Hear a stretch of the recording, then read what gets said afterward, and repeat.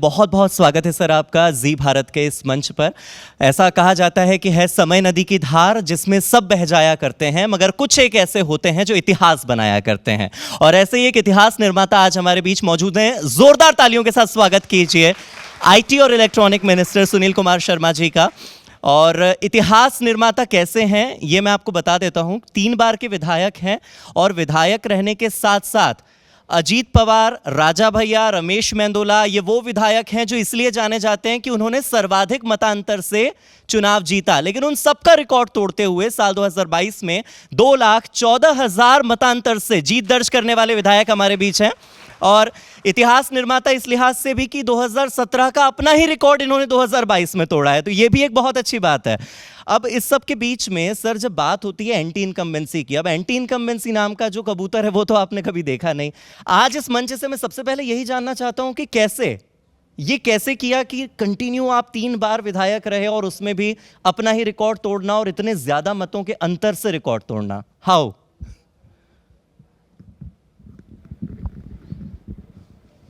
2017 में मैं 1,51,000 वोट से जीता था जी। और 2022 में मैं फिर 2,14,800 समथिंग वोट से जीत पाया।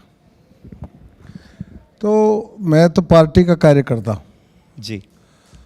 और जब से काम किया है मैंने वार्ड अध्यक्ष से शुरू कर काम किया था।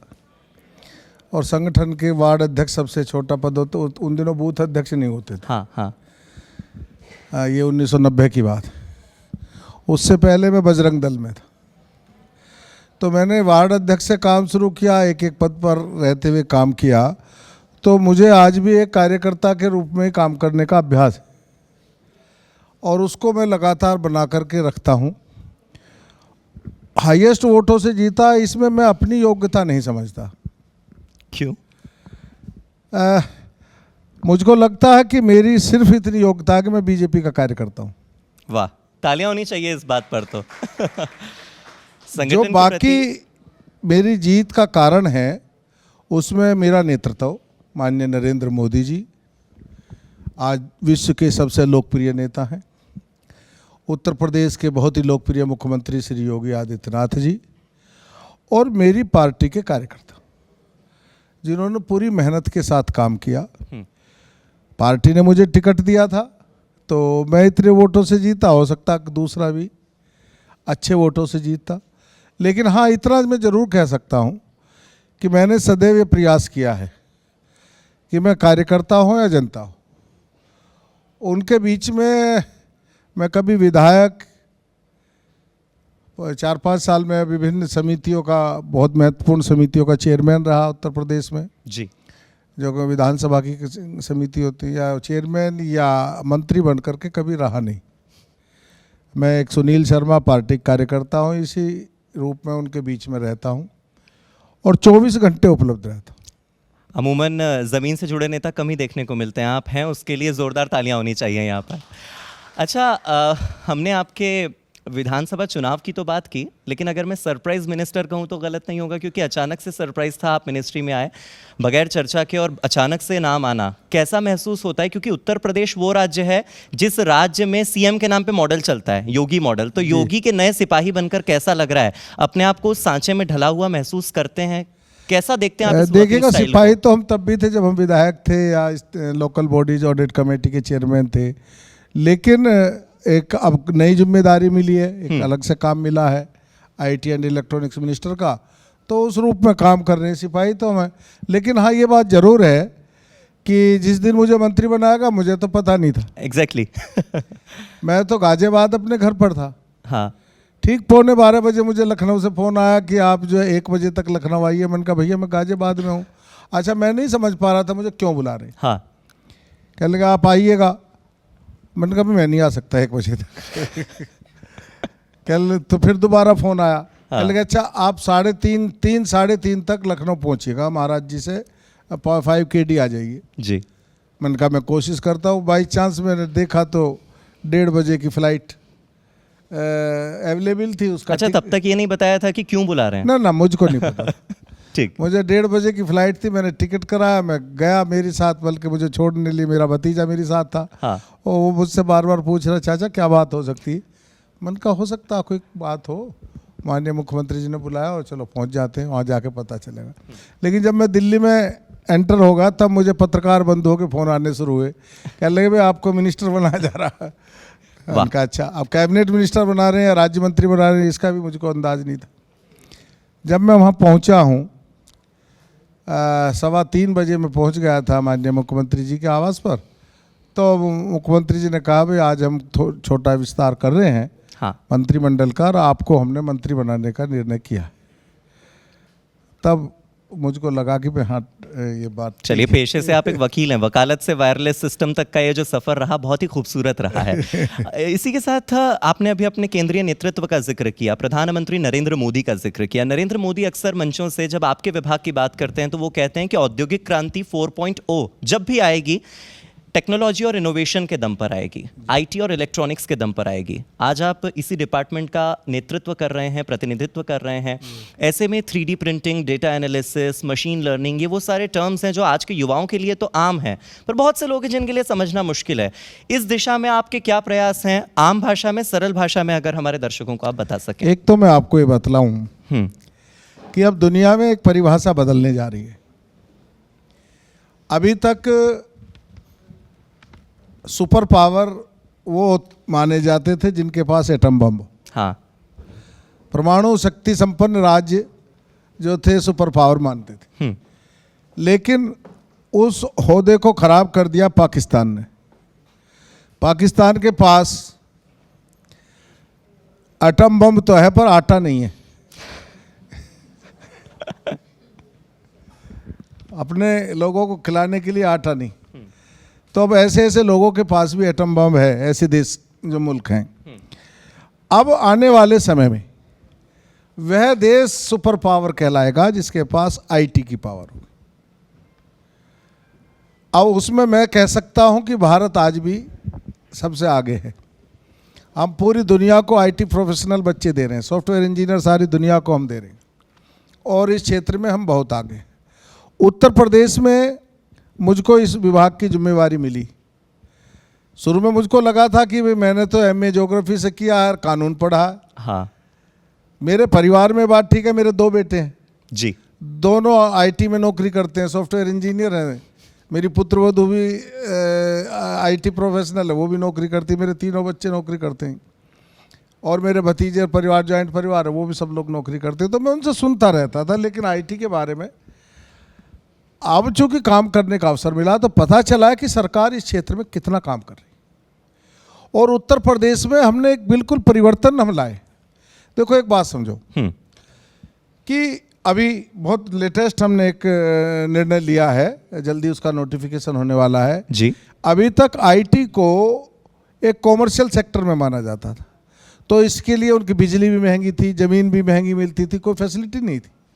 हमारी सरकार ने निर्णय लिया है कि आईटी को हम इंडस्ट्री का दर्जा दे रहे हैं, और हमने उसका निर्णय कर दिया। मैंने फाइल पर हस्ताक्षर करके भेज दिए। बहुत बढ़िया। माननीय मुख्यमंत्री योगी आदित्यनाथ जी के नेतृत्व में, उनके द्वारा, उनके मार्गदर्शन में उत्तर प्रदेश में अब आईटी जो है वो इंडस्ट्री कहलाएगी। जब वो इंडस्ट्री में आएंगे तो उनको बिजली भी सस्ती मिलेगी, उनको ज़मीन भी मिलेगी, इंडस्ट्रियल पॉलिसी के अंतर्गत वो सारी फैसिलिटीज़ मिलेंगी जो इंडस्ट्री को हम प्रोत्साहन देते हैं। अब वो आईटी को भी मिलेंगे, अभी तक नहीं थी। तो ये आईटी को बढ़ावा देने के लिए मैं कह सकता हूँ कि उत्तर प्रदेश में एक माइलस्टोन के रूप में जाना जाएगा। हुआ क्या कि जब माननीय अटल जी ने इस क्रांति को बहुत आगे बढ़ाया था, ट्रिपल आईटी खोले पूरे देश में, और आईटी के फील्ड को आगे बढ़ावा, उनके समय में ही हम बच्चों ने बाहर जाना शुरू किया। उत्तर प्रदेश में उस वक्त माननीय राजनाथ सिंह जी मुख्यमंत्री थे, बीजेपी की सरकार थी। हाँ। कुछ मिली जुली सरकार थी। तब ये नोएडा, आप देखेंगे कि नोएडा में जो इंडस्ट्री लगी ये उस दौरान लगी। लेकिन दुर्भाग्य कहें उत्तर प्रदेश का कि जैसी उत्तर प्रदेश से बीजेपी की सरकार गई 2002 में और 2004 में अटल जी की सरकार गई, तो यहाँ यूपी में की प्राथमिकता ये नहीं रही कि हमें यहाँ औद्योगिकीकरण कराना है, और दूसरे मापदंड हो गए, अपराधियों का बोलबाला हो गया। सबने देखा क्या हाल हो गया था। और जो सरकारें आई उन्होंने गवर्नमेंट को अर्निंग का एक माध्यम बना लिया। बसपा की सरकार हम लोगों ने देखी, उनका क्या एजेंडा था। सपा की सरकार में तो ऐसा माहौल ही नहीं बचा कि लोग डरते थे। गाजियाबाद, मैं कहूँगा कि दुर्भाग्य था कि सपा के शासनकाल को लेकर के ज़िला गाजियाबाद नाम की एक फिल्म बनी थी जी। तब ये नोएडा भी गाजियाबाद में होता था, तब ये नोएडा गाजियाबाद का पार्ट था। तो उन लोगों ने इस जो हमारा नोएडा, ये ग्रेटर नोएडा, आज ग्रेटर नोएडा तो बहुत बाद में ना, हाँ। ये जो क्षेत्र था, ये ऐसा लगता था कि आईटी के लोगों को, इलेक्ट्रॉनिक्स मैन्युफैक्चरिंग के लोगों को कि वहाँ कैसे जाएंगे, नोएडा में जाएंगे? नहीं भाई, ना बाबा ना। वो गुड़गांव चले गए, वो बेंगलुरु चले गए, वो हैदराबाद चले गए, पूना चले गए, लेकिन यहाँ किसी ने इंडस्ट्री लगाने का, उसका सबसे बड़ा कारण था कि यहाँ कोई एटमॉस्फेयर नहीं था। हमारी सरकार ने आकर के, माननीय योगी जी की सरकार ने जी उसको, उस तस्वीर को बदलने का काम किया। अभी नोएडा में ग्रेटर नोएडा एक्सपो में वो हुआ था, माननीय प्रधानमंत्री जी आए थे। करेक्ट। उससे पहले हमारे 2 कॉन्क्लेव लखनऊ में हुए हैं जी। आज स्थिति ये है कि लोग नोएडा, ग्रेटर नोएडा में आकर के व्यापार करने के लिए प्रयासरत हैं, कोशिश कर रहे हैं जी। उसके लिए हम उनको अनुकूल वातावरण दे रहे हैं। अनुकूल वातावरण कैसे दिया? सबसे पहले लॉ एंड ऑर्डर, इंफ्रास्ट्रक्चर जी। हम दें, एक हम इकोसिस्टम दें जिसमें वो काम कर सकें। वो सारी चीज योगी जी की सरकार ने दी है। अपराधियों को चुन चुन करके जिसको जहां जाना था वहां पहुंचा दिया। जिसको जहां जाना था, जिसको जेल में जाना था वो जेल में गया, और जिसको रेल में जाना था वो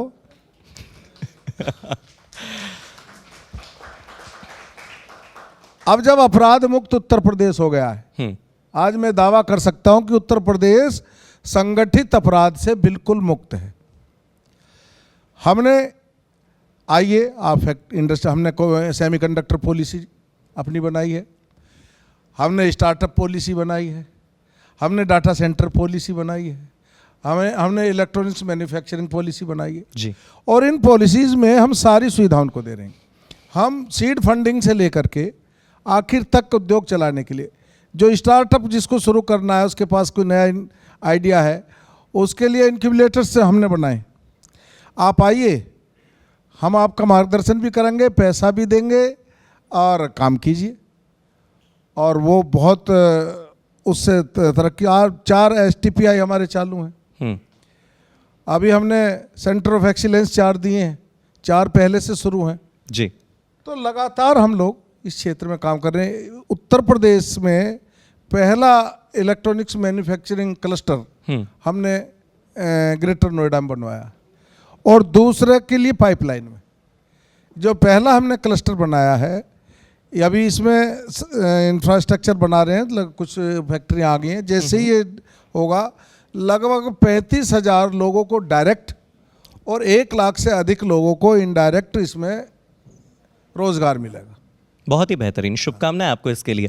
मैं पूछने वाला था, मेरा अगला सवाल कि $1 ट्रिलियन इकोनॉमी कैसे बनेगी, हालांकि सवाल का जवाब आपने मुझे पहले ही दे दिया, तो अब सवाल ही बदल लेता हूं। आपने बीच में कहा कि संगठित अपराध और उत्तर प्रदेश जो है अब अपराध मुक्त है, कानून व्यवस्था बहुत अच्छी है, लेकिन बदकिस्मती ये है कि आप जिस डिपार्टमेंट में हैं, IT इलेक्ट्रॉनिक्स, सबसे ज्यादा इस्तेमाल इसी इंफॉर्मेशन टेक्नोलॉजी का हो रहा है अपराधों में। सड़कों पर उतनी लूट नहीं होती जितनी लूट आजकल मोबाइल फोन पर हो जाती है। साइबर सिक्योरिटी, निश्चित तौर पर मोदी सरकार इसके लिए काम कर रही है, लोकसभा में बहुत कुछ हो रहा है, लेकिन उत्तर प्रदेश में साइबर फ्रॉड को रोकने के लिए आपके डिपार्टमेंट की ओर से क्या प्रयास हैं? देखिएगा, जब कोई भी टेक्नोलॉजी आती है तो उसके दुरुपयोग करने वाले लोग भी आते हैं, और साइबर क्राइम केवल आज ऐसा नहीं है कि इंडिया में ही हो, पूरे विश्व में, और बहुत बड़ा बड़ा। अभी पीछे हालांकि वो तो सडनली था, ये माइक्रोसॉफ्ट वगैरह के सब वो हवाई जहाज भी रुक गए थे, और क्या हालत हुई थी। तो ऐसी घटनाएं होती रहती हैं, ठीक है। लेकिन साइबर क्राइम को लेकर के हमारी सरकार ने हर जिले में साइबर थाना बनाए हैं। वो मेरा विभाग नहीं है, वो डिपार्टमेंट होम में आता है, ठीक है, लेकिन हमारी सरकार उस पर बहुत गंभीर है। और जब हम आपको दिखाएंगे तो जो साइबर क्राइम हो रहे हैं उसमें रिकवरी भी बहुत ज़बरदस्त हम लोग कर रहे हैं। ये उपलब्धि है। आप अगर मुझे जानकारी होती तो मैं उसका आंकड़ा लेकर के आता कि पूरे प्रदेश में बहुत बड़ी रिकवरी हम लोग ने की है, लेकिन अभी बहुत आवश्यकता है और उस पर मेरा विभाग भी काम कर रहा है। मैंने अपने विभाग के अधिकारियों को निर्देशित किया था समीक्षा बैठक में कि साइबर क्राइम को कंप्लीटली हम किस प्रकार कंट्रोल कर सकें, इस पर हम लोग काम कर रहे हैं। हमने और डिपार्टमेंट होम भी काम कर रहा है और मुझको लगता है कि ये तब जाकर के इसमें ज़्यादा नियंत्रण हो पाएगा जब हिंदुस्तान के सभी राज्य मिलकर के केंद्र सरकार के साथ एक सेंट्रल फोर्स गठित करें। जी। अब होता क्या है साइबर क्राइम में कि जिसकी साथ ठगी हो रही है वो तो है मान लिया नोएडा में, और ठगी करने वाला बैठा है झारखंड में या बैठा है केरला में। अब जब तक यहाँ की नोएडा की पुलिस उसे अरेस्ट करने जाएगी, पहले तो आए दिन की घटनाएं वहाँ तक जाए, तो एक ऐसा सिस्टम डेवलप जल्दी होगा मुझको लगता है जी कि नोएडा की पुलिस ने ट्रेस किया कि ये ठगी करने वाला आदमी बैठा है त्रिवेंद्रम में, तो तत्काल वहाँ की पुलिस उसको अरेस्ट कर ले। जी, निश्चित तौर पर कानून पर काम करना बहुत ज्यादा जरूरी है। ये जो कंट्रोल होगा ये टेक्नोलॉजी जी और पॉलिटिकल सिस्टम है जी, और हमारे जो सुरक्षा बल हैं इनके बीच में ठीक से तालमेल हो, तब जाकर के इसको हम पूर्ण रूप से बेहतर समन्वय और गठजोड़ जरूरी है। बिल्कुल। एक आखिरी सवाल यही कि अक्सर जब आईटी हब की बात होती है तो पुणे, चेन्नई, हैदराबाद, बेंगलोर, इन सब का जिक्र होता है।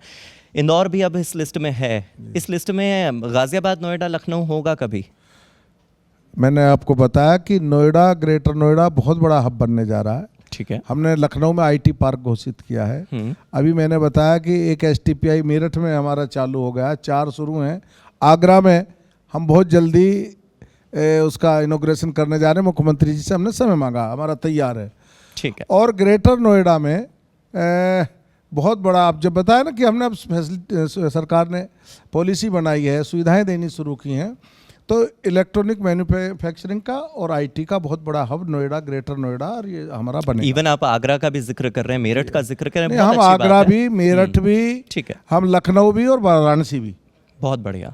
हम केवल इसको नोएडा तक। इसी के साथ आपको अभी सेमिकॉन 2024 की भी बधाई दे देता हूं मैं, क्योंकि सेमीकंडक्टर के क्षेत्र में काफ़ी हम लोग वैसे तो बड़ी बड़ी बातें करते हैं, मेक इन इंडिया, स्वदेशी और आत्मनिर्भर भारत, लेकिन कई बार हम लोग साउथ कोरिया पर उसके लिए डिपेंडेंट हैं। लेकिन उस निर्भरता को कम करने के लिए एक बहुत अच्छा आयोजन आपने किया है, उसके लिए उसका आपको बहुत बहुत बधाई। देखिएगा, सेमीकंडक्टर पॉलिसी जो हमारी भारत सरकार की और उत्तर प्रदेश सरकार की है, वो अपने आप में अद्वितीय है। मंत्री जी बहुत बहुत धन्यवाद अपने विचार इस मंच से साझा करने के लिए।